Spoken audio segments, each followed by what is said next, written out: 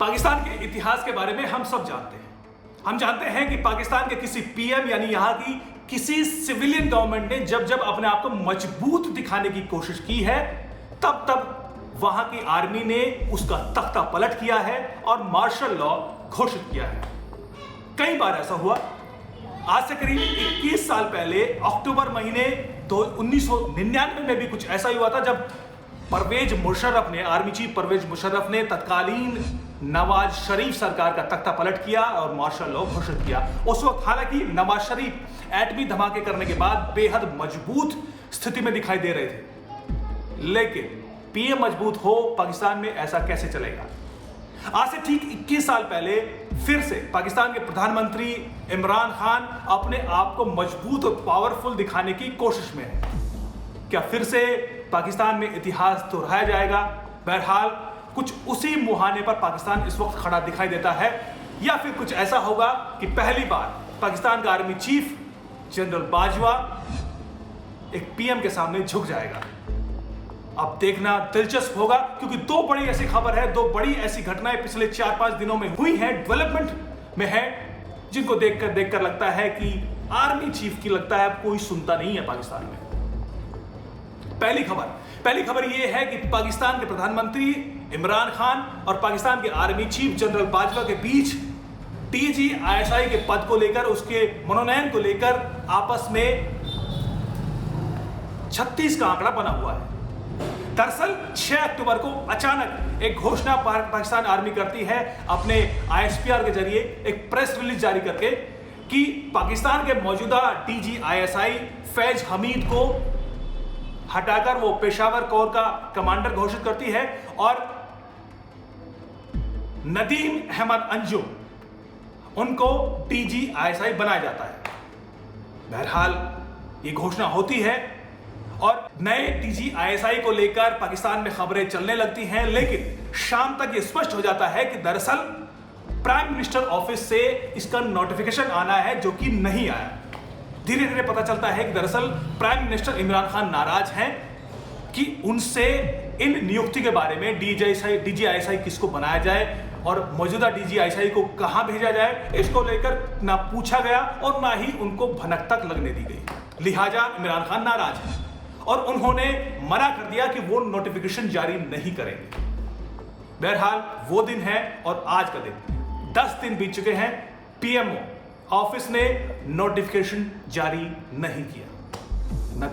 नतीजा ये है कि पाकिस्तान के आर्मी चीफ, जो कि सबसे पावरफुल बताए जाते हैं, पाकिस्तान में सबसे पावरफुल इंसान माने जाते हैं, वो ऐसा लगता है कि अब उनकी कोई सुन नहीं रहा। 2023 में रिटायर होने वाले हैं, लिहाजा इमरान खान भी उनकी अब नहीं सुन रहे। वही इमरान खान जिसको उन्होंने चुनकर गद्दी पर बैठाया।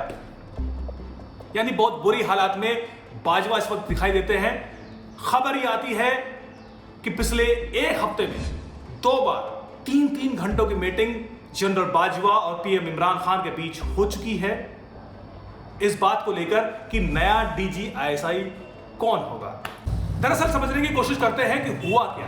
दरअसल हुआ ये कि आर्मी चीफ बाजवा चाहते हैं कि Faiz Hamid next army general बने, लेकिन उनके लिए उसको किसी एक कोर का कमांडर होना, उसका एक्सपीरियंस होना जरूरी है। लिहाजा उनको DGISI के पद से हटाकर उनको पेशावर कोर का कमांडर बना दिया गया, ताकि उनके पास उसका एक्सपीरियंस और बाद में 2023 में जब बाजवा हटे तो उसकी जगह फैज हमीद आर्मी चीफ बने। लेकिन पाकिस्तान के प्रधानमंत्री इमरान खान चाहते थे कि जिस तरह के हालात इस वक्त तालिबान और अफगानिस्तान में बने हुए हैं, उसको देखते हुए फैज हमीद DGISI बने रहें और बाद में आर्मी चीफ कौन होगा ये इमरान खान तय करेंगे। इसके लिए बाजवा को फिलहाल फिक्र करने की कोई जरूरत नहीं है।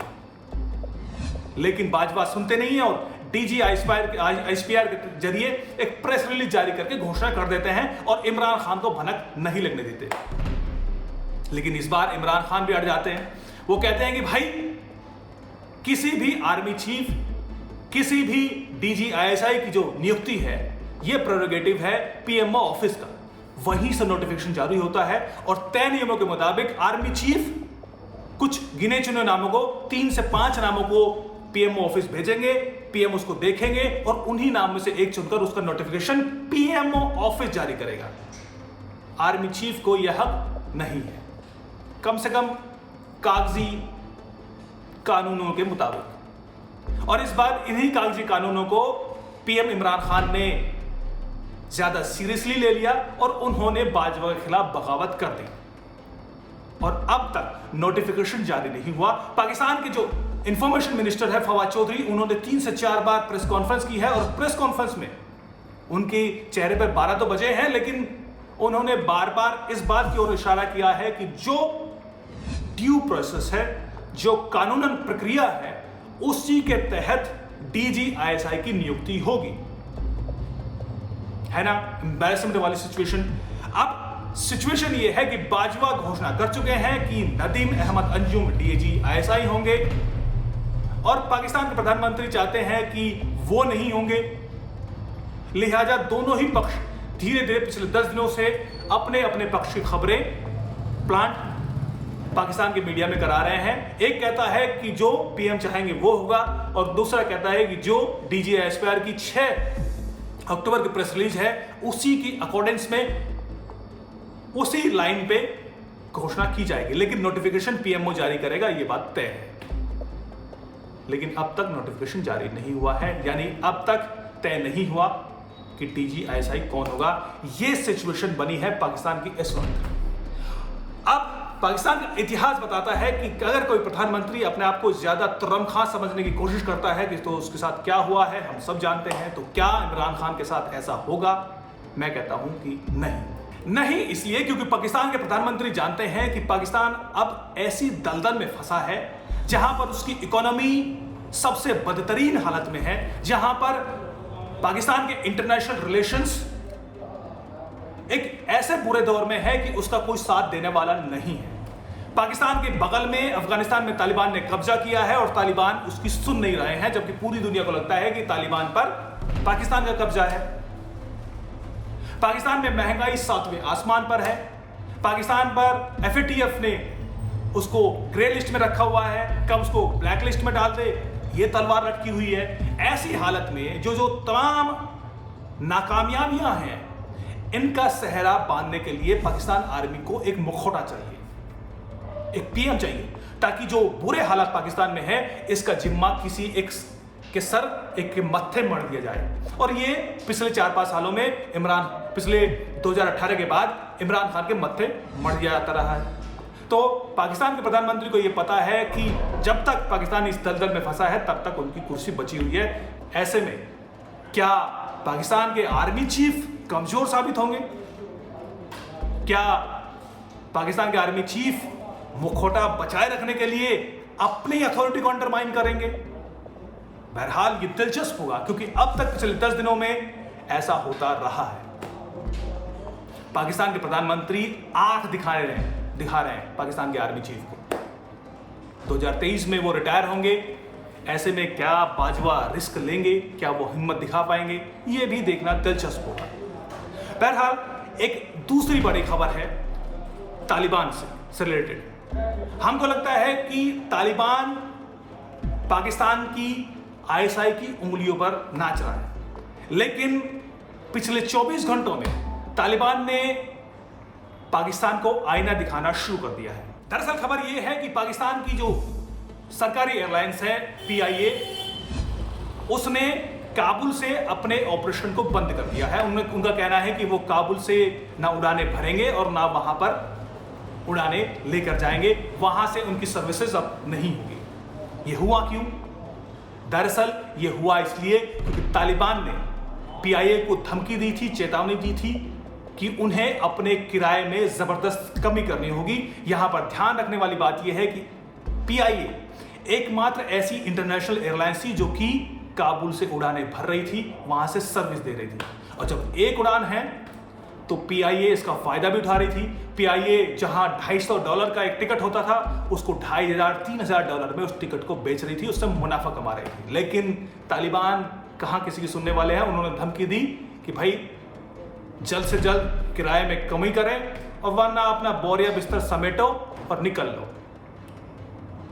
पाकिस्तान के एयरलाइन PIA ने नहीं माना और अगले 2 दिनों में यह हुआ कि तालिबान ने वो एयरपोर्ट पे गए, वहां पर PIA के जो कंट्री मैनेजर थे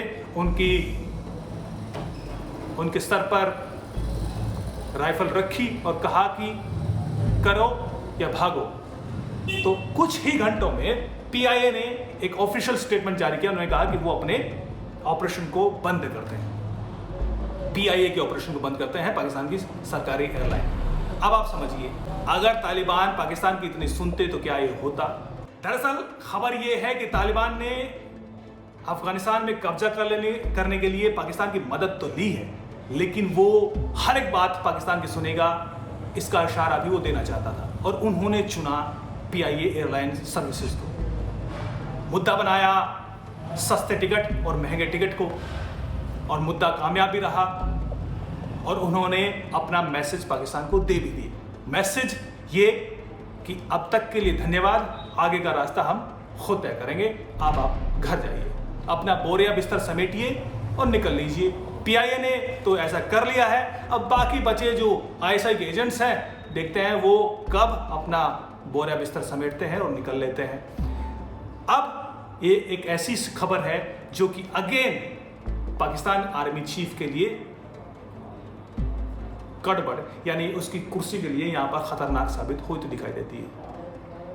एक ऐसी सिचुएशन में जहां पर DG ISI कौन हो, वहां पर तालिबान ने अपने आप को साबित करने के लिए, अपनी मजबूती को साबित करने के लिए आंखें दिखाना शुरू कर दिया है। यानी दोनों ही फ्रंट पर पाकिस्तान को कहें या फिर पाकिस्तान आर्मी चीफ को कहें, जो कि वहां के डिफेक्टो वहां की गवर्नमेंट है, उनके लिए अब आने वाले दिन बुरे होने वाले हैं, ये बात तय है। बहरहाल आगे क्या होगा, पाकिस्तान के प्रधानमंत्री इमरान खान की कुर्सी बचती है या फिर तालिबान ने जो आंखें दिखाना शुरू किया है वो भी किस तरीके से आगे बढ़ते हैं, जो डेवलपमेंट होगा हम आपके सामने लेकर आते रहेंगे। तब तक के लिए धन्यवाद, नमस्कार।